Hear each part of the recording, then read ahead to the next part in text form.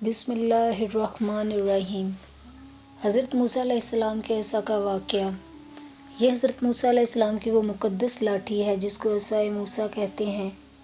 اس کے ذریعے آپ کے بہت سے ان معجزات کا ظہور ہوا جن کو قرآن مجید نے مختلف عنوانوں کے ساتھ بار بار بیان فرمایا ہے۔ اس مقدس لاٹھی کی تاریخ بہت قدیم ہے جو اپنے دامن میں سینکڑوں ان تاریخی واقعات کو سمیٹے ہوئے ہے جن میں عبرتوں اور نصیحتوں کے ہزاروں نشانات ستاروں کی طرح جگمگا رہے ہیں، جن سے اہل نظر کو بصیرت کی روشنی اور ہدایت کا نور ملتا ہے۔ یہ لاٹھی حضرت موسیٰ علیہ السلام کے قد برابر 10 ہاتھ لمبی تھی اور اس کے سر پر 2 شاخیں تھیں جو رات میں مشعل کی طرح روشن ہو جایا کرتی تھیں۔ یہ جنت کے درخت پیلو کی لکڑی سے بنائی گئی تھی اور اس کو حضرت آدم علیہ السلام بہشت سے اپنے ساتھ لائے تھے۔ حضرت آدم علیہ السلام کے ساتھ عود، خوشبودار لکڑی، حضرت موسیٰ علیہ السلام کا عصا جو عزت والی پیلو کی لکڑی کا تھا، انجیر کی پتیاں، حجر اسود جو مکہ معظمہ میں ہے، اور نبی معظم حضرت سلیمان علیہ السلام کی انگوٹھی، یہ 5 چیزیں جنت سے اتاری گئیں۔ حضرت آدم علیہ السلام کے بعد یہ مقدس عصا حضرات انبیاء کرام علیہ السلام کو یکے بعد دیگرے بطور میراث کے ملتا رہا، یہاں تک کہ حضرت شعیب علیہ السلام کو ملا جو قوم مدین کے نبی تھے۔ جب حضرت موسیٰ علیہ السلام مصر سے ہجرت فرما کر مدین تشریف لے گئے اور حضرت شعیب علیہ السلام نے اپنی صاحبزادی حضرت بی بی صفورہ رضی اللہ تعالیٰ عنہا سے آپ کا نکاح فرما دیا اور آپ 10 برس تک حضرت شعیب علیہ السلام کی خدمت میں رہ کر آپ کی بکریاں چراتے رہے۔ اس وقت حضرت شعیب علیہ السلام نے حکم خداوندی کے مطابق آپ کو یہ مقدس عصا عطا فرمایا۔ پھر جب آپ اپنی زوجہ محترمہ کو ساتھ لے کر مدین سے مصر اپنے وطن کے لیے روانہ ہوئے اور وادی مقدس مقام طویٰ میں پہنچے تو اللہ تعالیٰ نے اپنی تجلی سے آپ کو سرفراز فرما کر منصب رسالت کے شرف سے سربلند فرمایا۔ اس وقت حضرت حق جل مجدہ نے آپ سے جس طرح کلام فرمایا، قرآن مجید نے اس کو اس طرح بیان فرمایا کہ ترجمہ: اور یہ تیرے داہنے ہاتھ میں کیا ہے؟ اے موسیٰ عرض کی، یہ میرا عصا ہے، میں اس پر تکیہ لگاتا ہوں اور اس سے اپنی بکریوں پر پتے جھاڑتا ہوں، اور میرے اس میں اور بھی بہت سے کام ہیں۔ حضرت موسیٰ علیہ السلام اس مقدس لاٹھی سے مذکورہ بالا کام نکالتے رہے، مگر جب آپ فرعون کے دربار میں ہدایت فرمانے کی غرض سے تشریف لے گئے اور اس نے آپ کو جادوگر کہہ کر جھٹلایا تو آپ کے اس عصا کے ذریعے بڑے بڑے معجزات کا ظہور شروع ہو گیا، جن میں سے 3 معجزات کا تذکرہ قرآن مجید نے بار بار فرمایا جو حسب ذیل ہے۔ عصا اژدہا بن گیا۔ اس کا واقعہ یہ ہے کہ فرعون نے ایک میلہ لگوایا اور اپنی پوری سلطنت کے جادوگروں کو جمع کر کے حضرت موسیٰ علیہ السلام کو شکست دینے کے لیے مقابلے پر لگا دیا، اور اس میلے کے ازدحام میں جہاں لاکھوں انسانوں کا مجمع تھا، ایک طرف جادوگروں کا ہجوم اپنی جادوگری کا سامان لے کر جمع ہو گیا اور ان جادوگروں کی فوج کے مقابلے میں حضرت موسیٰ علیہ السلام تنہا ڈٹ گئے۔ جادوگروں نے فرعون کی عزت کی قسم کھا کر اپنے جادو کی لاٹھیوں اور رسیوں کو پھینکا تو ایک دم وہ لاٹھیاں اور رسیاں سانپ بن کر پورے میدان میں ہر طرف پھنکاریں مار کر دوڑنے لگیں، اور پورا مجمع خوف و ہراس میں بدحواس ہو کر ادھر ادھر بھاگنے لگا، اور فرعون اور اس کے تمام جادوگر اس کرتب کو دکھا کر اپنی فتح کے گھمنڈ اور غرور کے نشے میں بدمست ہو گئے اور جوش شادمانی سے تالیاں بجا بجا کر اپنی مسرت کا اظہار کرنے لگے کہ اتنے میں ناگہاں حضرت موسیٰ علیہ السلام نے خدا کے حکم سے اپنی مقدس لاٹھی کو ان سانپوں کے ہجوم میں ڈال دیا تو یہ لاٹھی ایک بہت بڑا اور نہایت ہیبت ناک اژدہا بن کر جادوگروں کے تمام سانپوں کو نگل گیا۔ یہ معجزہ دیکھ کر تمام جادوگر اپنی شکست کا اعتراف کرتے ہوئے سجدے میں گر پڑے اور بآواز بلند یہ اعلان کرنا شروع کر دیا کہ ہم سب حضرت ہارون اور حضرت موسیٰ علیہ السلام کے رب پر ایمان لائے۔ چنانچہ قرآن مجید نے اس واقعے کا ذکر کرتے ہوئے ارشاد فرمایا کہ ترجمہ: بولے اے موسیٰ، یا تو تم ڈالو یا ہم پہلے ڈالیں۔ موسیٰ نے کہا بلکہ تم ہی ڈالو۔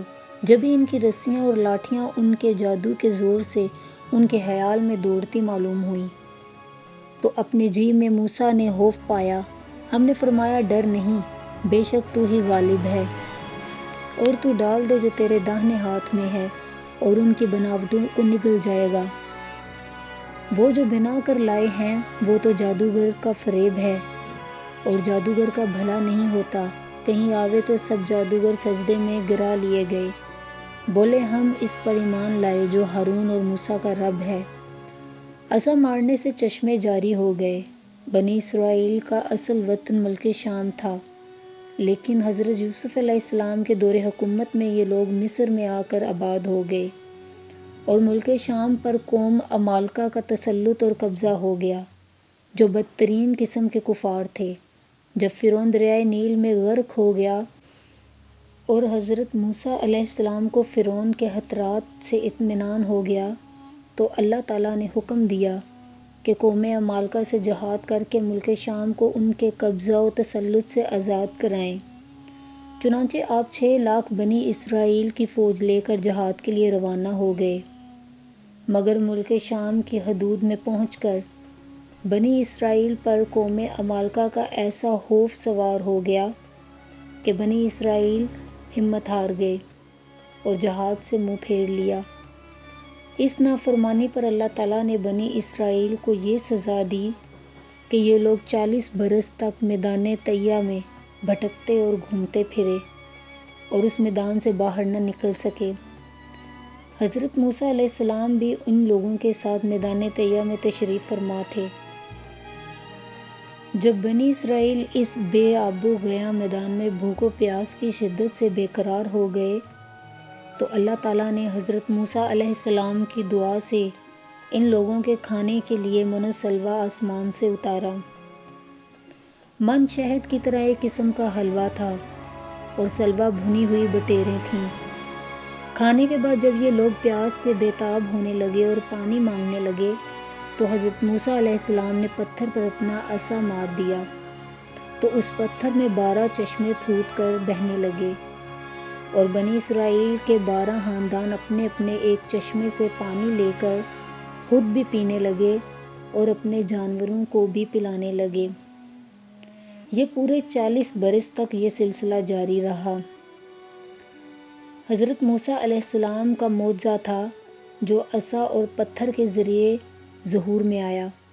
قرآن مجید نے اس واقعے اور معجزے کا بیان کرتے ہوئے ارشاد فرمایا ہے کہ ترجمہ: اور جب موسیٰ نے اپنی قوم کے لیے پانی مانگا تو ہم نے فرمایا اس پتھر پر اپنا عصا مارو، فوراً اس سے 12 چشمے بہہ نکلے، ہر گروہ نے اپنا گھاٹ پہچان لیا۔ عصا کی مار سے دریا پھٹ گیا۔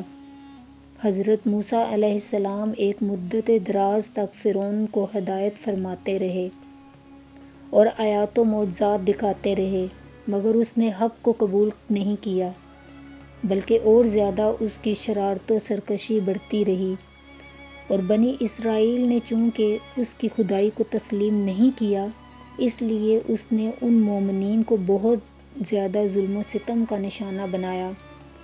اس دوران میں ایک دم حضرت موسیٰ علیہ السلام پر وحی اتری کہ آپ اپنی قوم بنی اسرائیل کو اپنے ساتھ لے کر رات میں مصر سے ہجرت کر جائیں۔ چنانچہ حضرت موسیٰ علیہ السلام بنی اسرائیل کو ہمراہ لے کر رات میں مصر سے روانہ ہو گئے۔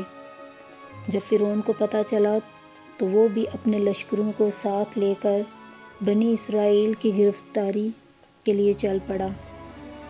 جب دونوں لشکر ایک دوسرے کے قریب ہو گئے تو بنی اسرائیل فرعون کے خوف سے چیخ پڑے کہ اب تو ہم فرعون کے ہاتھوں گرفتار ہو جائیں گے، اور بنی اسرائیل کی پوزیشن بہت نازک ہو گئی، کیونکہ ان کے پیچھے فرعون کا ہونہار لشکر تھا اور آگے موجیں مارتا ہوا دریا تھا۔ اس پریشانی کے عالم میں حضرت موسیٰ علیہ السلام مطمئن تھے اور بنی اسرائیل کو تسلی دے رہے تھے جب دریا کے پاس پہنچ گئے تو اللہ تعالیٰ نے حضرت موسیٰ علیہ السلام کو حکم فرمایا کہ تم اپنی لاٹھی دریا پر مار دو۔ چنانچہ جوں ہی آپ نے دریا پر لاٹھی ماری تو فوراً ہی دریا میں 12 سڑکیں نکل گئیں اور بنی اسرائیل ان سڑکوں پر چل کر سلامتی کے ساتھ دریا سے پار نکل گئے۔ فرعون جب دریا کے قریب پہنچا اور اس نے دریا کی سڑکوں کو دیکھا تو وہ بھی اپنے لشکروں کے ساتھ ان سڑکوں پر چل پڑا، مگر جب فرعون اور اس کا لشکر دریا کے بیچ میں پہنچا تو اچانک دریا موجیں مارنے لگا اور سب سڑکیں ختم ہو گئیں اور راستے بند ہو گئے اور فرعون اپنے لشکر سمیت دریا میں غرق ہو گیا۔ اس واقعے کو قرآن مجید نے اس طرح بیان فرمایا ہے کہ پھر جب آمنا سامنا ہوا دونوں گروہوں کا، موسیٰ والوں نے کہا ہم کو انہوں نے آ لیا۔ موسیٰ نے فرمایا یوں نہیں، بے شک میرا رب میرے ساتھ ہے، وہ مجھے اب راہ دیتا ہے۔ تو ہم نے موسیٰ کو وحی فرمائی کہ دریا پر اپنا عصا مار، تو جب ہی دریا پھٹ گیا تو ہر حصہ ہو گیا جیسے بڑا پہاڑ، اور وہاں قریب لائے ہم دوسروں کو اور ہم نے بچا لیا موسیٰ اور اس کے سب ساتھ والوں کو، پھر دوسروں کو ڈبو دیا، یعنی فرعون کے لشکر کو ڈبو دیا۔ بے شک اس میں ضرور نشانی ہے اور ان میں اکثر مسلمان نہ تھے۔ اگر آپ کو ہماری یہ ویڈیو پسند آئی ہو تو چینل کو ضرور سبسکرائب کر دیجئے۔ کمنٹ باکس میں اللہ کے 99 ناموں میں سے ایک نام ضرور لکھیے گا۔ جزاک اللہ۔